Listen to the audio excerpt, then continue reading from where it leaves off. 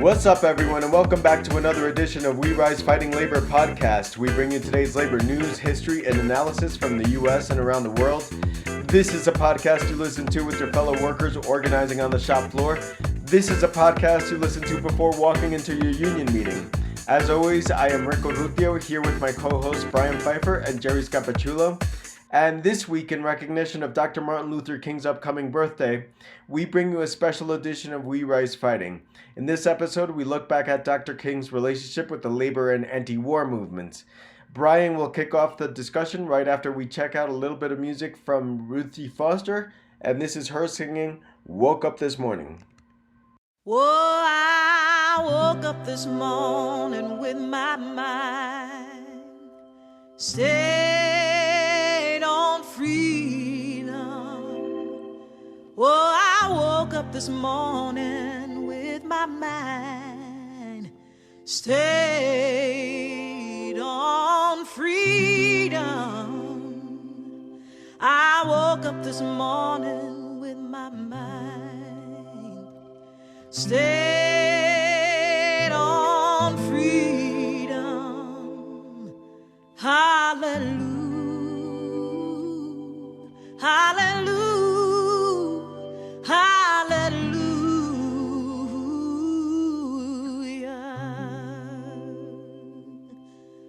Let me tell you that I'm walking and talking with my mind stayed on freedom. I'm walking and talking with my mind stayed on freedom. I'm walking and talking with my mind stayed on freedom. Hallelujah, hallelujah, hallelujah. Okay, listeners, we are the We Rise Fighting Labor podcast, welcoming everyone back to the show. Today we have a very special edition of We Rise Fighting. We are honoring the legacy of Dr. King and Mrs. King. And although there are many Dr. King commemorations in the U.S., MLK commemorations in January and throughout the year, we find that often his real program is sanitized, particularly his regard to his more urgent and radical positions. In particular, Dr. King's pro-labor, specifically his support for unions, and his anti-war stances are often not even mentioned at all. Although there are important exceptions, such as contributions from radical scholars and activists who we'll mention today, and events such as the MLK Day Detroit March and Rally, and the United National Anti-War Coalition Stop U.S. Wars MLK Week of Action scheduled for January 13th to the 22nd this year, 2023. On this episode of We Rise Fighting, we'll highlight just some of the many pro-labor and anti-war positions Dr. King and his spouse, Mrs. Coretta Scott King, took. And we encourage more research and discussion on this, of course. It's critical to note that the Kings did not operate as individuals. And that's also something we are combating here, is that they were a part of a movement. They were leaders and participants in a nationwide organization, the Southern Christian Leadership Conference, otherwise known as the SCLC, which at the time of Dr. King's assassination, April 4th, 1968, had tens of thousands of members, supporters, and sympathizers. And the SCLC worked with many other civil and human rights organizations, ranging from unions to a diverse array of community and student organizations as well. The SCLC program was rooted in an economic Bill of Rights framework with deep consciousness of the horrific consequences of slavery. Anti-racism and peace was reflected throughout their program, and it was influenced by theorists such as Reverend James Lawson, Mr. Paul Robeson, Reverend Fred Shuttlesworth, and Dr. W.E.B. Du Bois. The SCLC was born out of the Montgomery bus boycott in 1957, which was 361-day boycott, which was largely organized, led, and financed by women of African descent, such as scholar and activist Joanne Gibson Robinson, with important support from some white women and multinational workers from the Steelworkers Union and other organizations. The SCLC program was outlined by Dr. King, Mrs. King, and other SCLC see leaders in a vast array of spaces and places across North America and beyond, including to numerous union and anti-war audiences, which we'll highlight today in the podcast. The planks of the SCLC program during Dr. King's tenure were the Poor People's Campaign for Jobs or an Income. And that's important, jobs or an income. And Dr. King spoke about that in depth. Voter registration and political education, Operation Breadbasket, the Citizenship Education Program, urban leadership training, affiliate activities. And it's important to note that on March 31st, 1968, the SCLC put out a document, and at that time they had 270 affiliate chapters across the United States, and in many contacts throughout North America beyond the US, and even international contacts. And they also participated in nonviolent education and action. So the program was broad, it was deep, and it was practiced every day across the United States and beyond in North America. And Jerry's going to go into more depth to talk about Dr. King's specific positions on labor and war. And we'll hear also from Dr. King from some of his speeches as well, some excerpts. Jerry? Okay. I think that many of us have seen and heard Dr. King's I Have a Dream speech, but if you've seen any of the photos from the head of the march, you will see on either arm of Dr. King, on the one hand, A. Philip Randolph, who was technically the director of the March on Washington, and on the other arm, Walter Reuther of the United Auto Workers. So, and the funding for that march also came from labor. From Cleveland Robinson was the treasurer of the march, the president of the Distributive Workers of America, District 65. So you can see that although it was kind of understated historically and in the press, labor had a huge role. And the actual, help me here, Brian, the actual theme of the march, what you see on the placards was March for Jobs. It was a march for jobs. So we know that Dr. King was assassinated in Memphis in 1968 when he was supporting the AFSCME sanitation workers on strike there. And these labor speeches of Dr. King are collected in a book of his speeches to labor, edited by labor historian Michael Honey. And many are also cited in the book The Radical King, edited by Cornel West. So this information is out there. We encourage you to look for those books.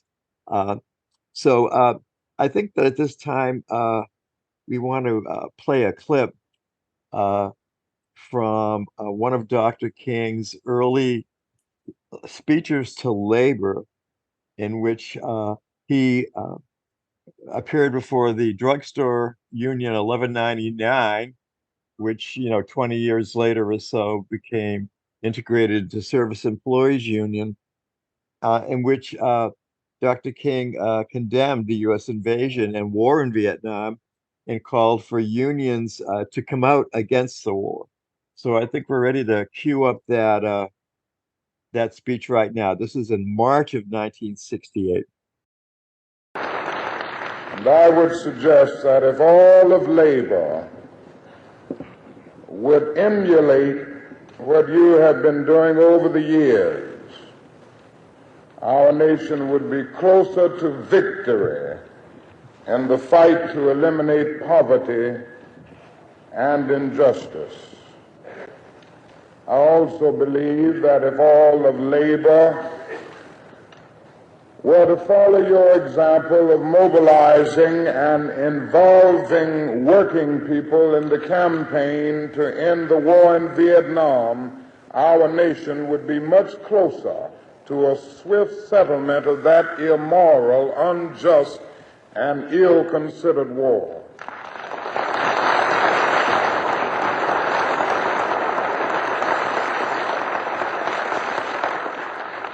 There are literally two Americas.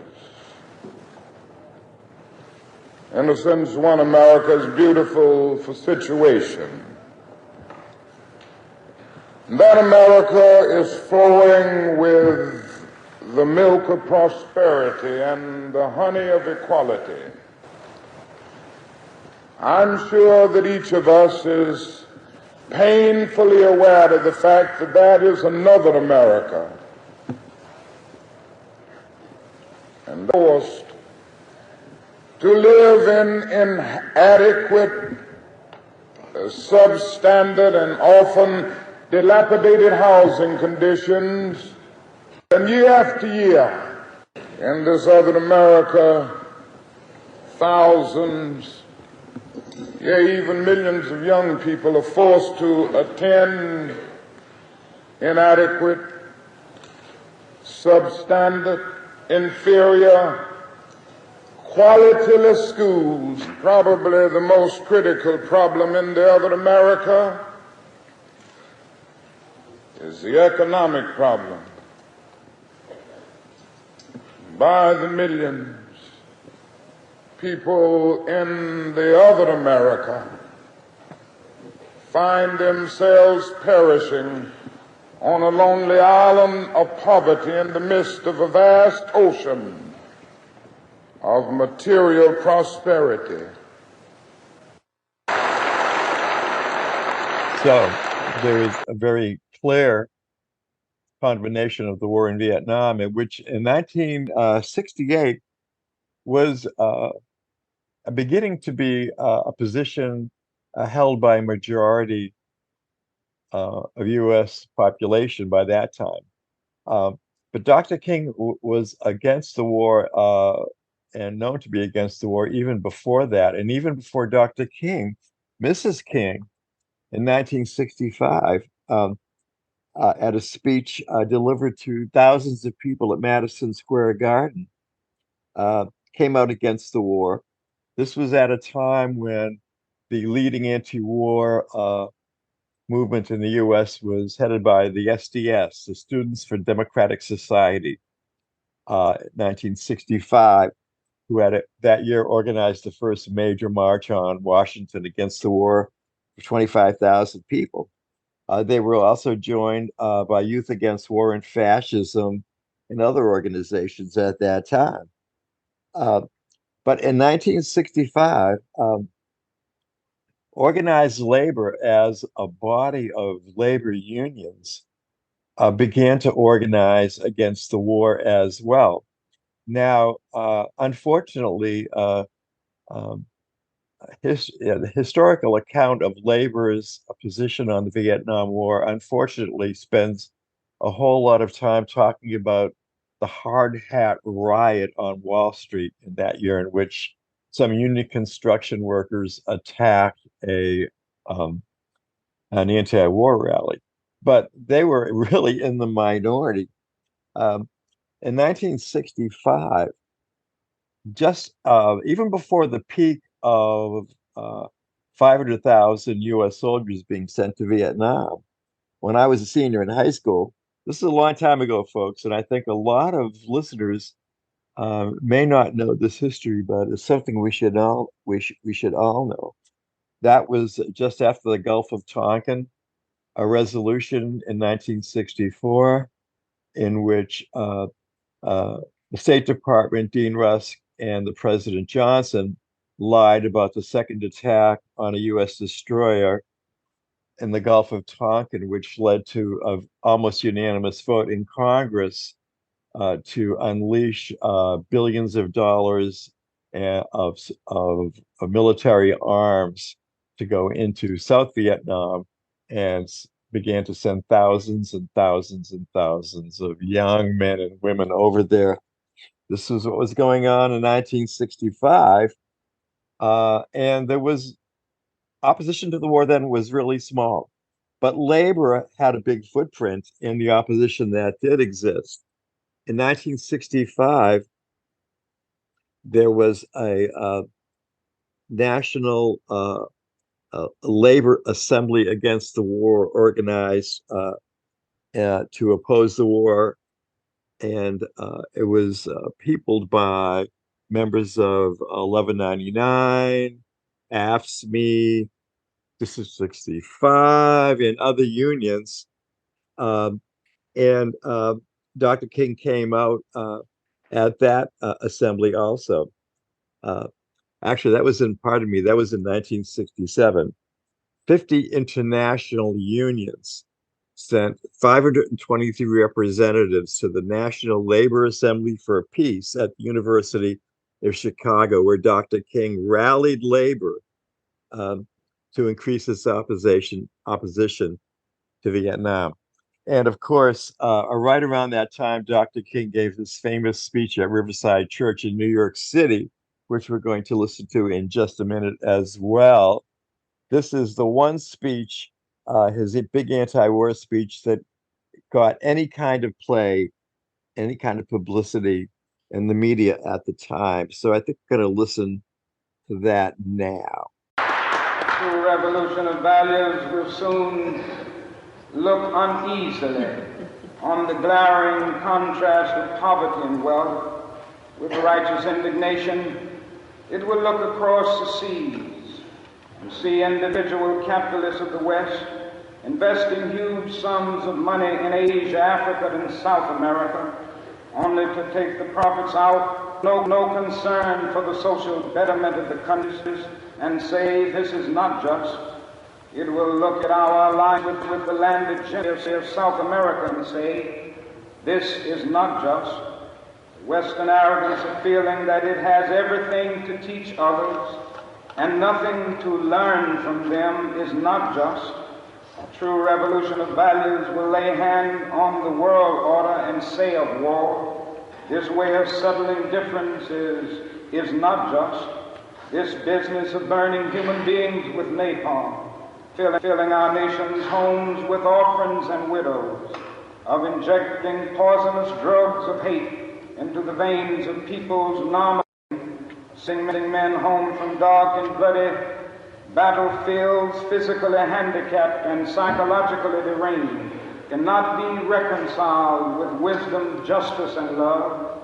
A nation that continues year after year to spend more money on military defense than on programs of social uplift is approaching spiritual death.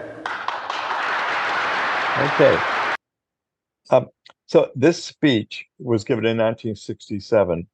It was the year before the Tet Offensive in 1968, where the National Liberation Front forces launched an attack in South Vietnam, which went very badly for the U.S. That's when Walter Cronkite made his famous speech at CBS Evening News saying that the war was lost. But when Dr. King made his earlier speeches in 1965 through 1967, it was a very unpopular position for him to take. In fact, he got a lot of blowback. He was excoriated in the pages of the New York Times, for instance. A lot of liberal organizations deserted him. One thought he was, quote, crazy, unquote, to be saying these things against the war at that time. But he took a very strong moral position, and that was Dr. King. That's what he did. And he was up against the bureaucracy of organized labor in the personhood of George Meany, who was the president of the AFL-CIO executive board, a racist and virulently supporting of the war in Vietnam. So the unions that did join with Dr. King to oppose the war, they were on the outs at that time. And two of those unions um, were the United Auto Workers and the Teamsters, both of which were not members of the AFL-CIO at the time. And they formed an alliance against the Vietnam War. The two of those, I think it lasted maybe just a year and a half or 2 years. But by that time, Walter Reuther was continuing with his opposition against the Vietnam War, and the Teamsters joined him. So there was a lot of labor opposition to the war in Vietnam. And one could say that Dr. King was right in the middle of it, leading the civil rights movement in its historic coalition with organized labor at that time, of which it was still going strong. And so he was like the sergeant major in the community for organized labor's opposition to the Vietnam War. And so these are some of the um, truths that Dr. King stood on and paid a big price for that we don't hear too much in the breakfast for Dr. King uh, that will be going on Monday all across the country. This is not the vision and the image of Dr. King that lasts as much as his I Have a Dream speech. So, Brian, you were mentioning the sanitized Dr. King that we have gotten used to, but if you were alive during this period, uh, you knew that Dr. King was a very brave man to do what he did. He came to Boston in 1965, where he had gone to school with Coretta to get his PhD from BU in theology. And he led a march in Boston in 1965, which was uh, uh, that was when there was official segregation in Boston. And of course, that was just to say one more thing about Dr. King's legacy was that the crowning achievement of his legislative work was the passage of the 1965 Voting Rights Act bill, which in the past 2 years has been destroyed by the Supreme Court we have today. So uh, Dr. King's work needs to be revived, and we hope today we've given a glimpse of some of the lesser known chapters in Dr. King's legacy. Rick, I know that you have been uh, doing some research on um, the more information on Dr. King's legacy from the readings you've been studying that are, can back this up a little bit too. Yeah, I'm lucky in that my next door neighbor recently gifted me a book called All Labor Has Dignity. And it's that book that Brian started talking about a little bit earlier. It's edited and introduced by Michael Honey. I highly recommend this book. This book not only puts all this historical stuff into context, but it's his speeches. It's his speeches written out, specifically his speeches with unions, at unions, and speaking out against the war in Vietnam. Now, as I mentioned to you, comrades, before we jumped on this episode today, this Dr. Martin Luther King isn't a subject that I can speak about at length off the top of my head. So, getting ready for this, it was really instructive for me. And, I knew about Memphis, and I knew that Dr. King had died supporting sanitation workers in Memphis. What I didn't know, as we chatted before we started recording, what I didn't know about the struggle in Memphis is that Dr. King, in his speech in Memphis, made reference to workers in Memphis going on a general strike. Now, that's significant because he's speaking to Black workers, and he's speaking to a city where 80% of the labor that was done in Memphis at that time, 80% of the low wage labor that was done in Memphis was done by Black workers. So to me, that's one part you definitely don't hear about as far as Dr. King and I Have a Dream. And here in Denver, we have the Parade, combination march, combination parade. You don't hear about that. You don't hear about how Dr. King advocated for a general strike when he went to Memphis. That completely schooled me. And also, I knew that Dr. King was against the war. That much I had down. But to the extent of it and the way in which he pulled out the contradictions, talking about how, for instance, after the Watts uprising, against police brutality. Speaking after that, King made reference to how the administration at the time was horrified by the violence in Watts, but at the same time carrying out this war in Vietnam. And he pointed out that at least in Watts and these types of uprisings, it's property that gets damaged. And those who are carrying it out, they're not looking to harm human life, And by contrast, MLK points out that in Vietnam, that's the explicit point, is to bomb and destroy, and non-combatant lives being lost are just a given. It's just military tactic, as Dr. Martin Luther King called it. And to me, he was just genius at pulling out these contradictions, pulling out the contradictions of this war in Vietnam and the slums here and the ghettos here and the starvation wages here and the brutality against people who wanted to organize unions because, as for instance, these sanitation workers, they were working minimum wage. And if they got sent home early, they weren't paid for the rest of the day. If they worked beyond their scheduled workday, they weren't compensated for the extra hours. There were many injuries on this job for these sanitation workers in Memphis. And part of the call to action to organize a union was when 2 of these sanitation workers were crushed to death. So Martin Luther King was genius genius or just honest in calling out these contradictions. We have billions for war and still do, but we don't have billions for social programs. We have now in 2023, we have $800 billion per year for war, but we have teachers buying pencils for their students. Can't afford that. We have billions towards war and defense, but we don't have money to get clean water to Flint. So yeah, Dr. Martin Luther King helped extract those contradictions back in the day in the 60s, but those contradictions are still here.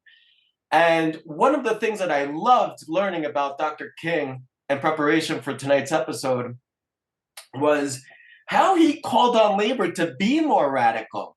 He observed that labor had grown complacent because for a lot of unions and a lot of union leaders and a lot of unionists, a war meant jobs. It meant job security. And Dr. King found that unacceptable and called that out and basically expressed his demoralization with some of today's labor leaders because they so supported the war. And Dr. Martin Luther King asked these labor leaders, look, if you want to be in the forefront of this again, you need to start saying something radical again. And you need to start saying something that speaks to the masses, not just the membership that's covered under your contract. You need a social program that speaks for the masses. Those were my takeaways from reading about Dr. Martin Luther King in preparation for this. Man, I got to tell you, I was moved, and I really recommend the book All Labor Has Dignity, edited by Michael Honey, to anyone who's interested in reading about Dr. Martin Luther King, his thoughts and activism within the labor movement, as well as his thoughts and activism against a war.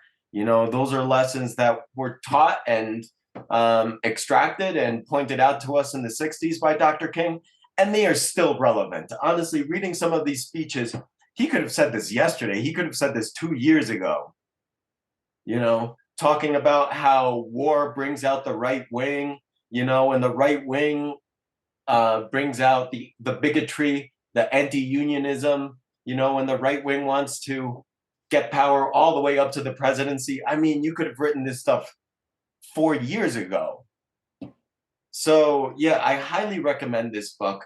I tried to make highlights of Dr. King's principles, which I think are some of the most instructive bits of this book.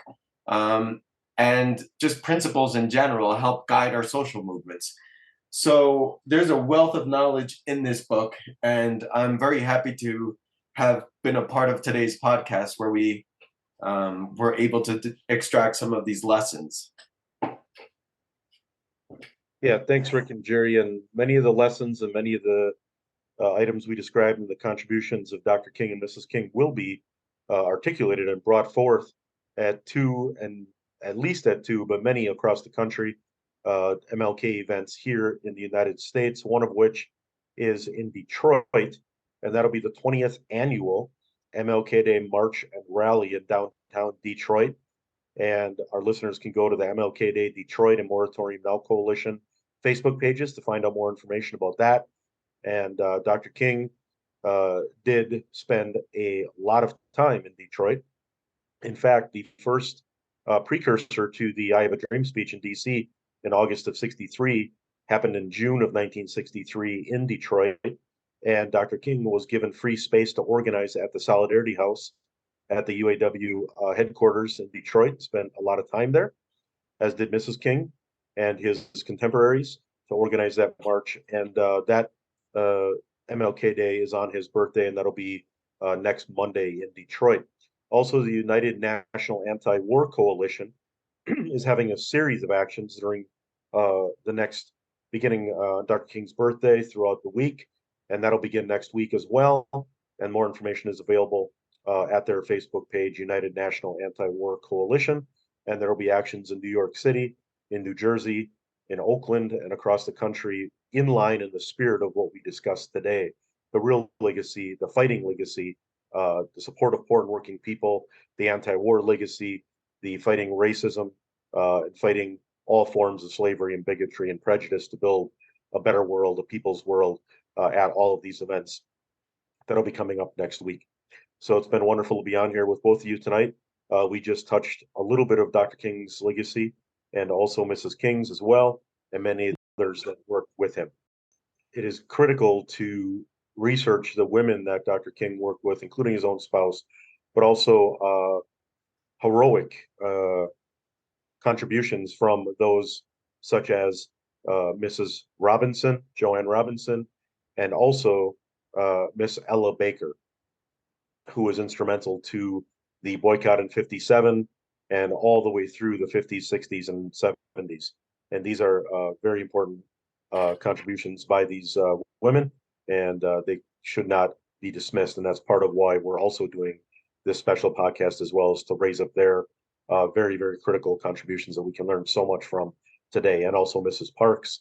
And in the United States, the sanitized history extends to sound bites, but Mrs. Parks, of course, was responsible for the bus boycott, but the majority of her life was after the bus boycott.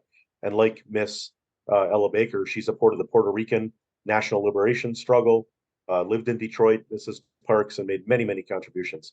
So that's why we also raised up the idea that Dr. King and the reality that he was part of a movement and not just an individual, and that included working with many women and other oppressed peoples. Coretta Scott King is vastly underappreciated, and her support of ordinary working people also is not widely known. That when the Cracker Barrel restaurants in the early 90s had a formal policy of refusing to hire gay people, she sent her chief aide, Lynn Cothran, to organize sit-ins in Cracker Barrel restaurants in the South, which we did. And in 1987, she really supported the AFL-CIO's adoption of gay rights on their constitution when she said, quote, the anti-gay bigot and the Klan drink from the same poisoned well, unquote. So she and of course Dr. King, their hearts and souls and blood and lives were completely devoted to the working class, and we miss them today. So it's important that we just remember them and celebrate that wonderful legacy a week from tomorrow.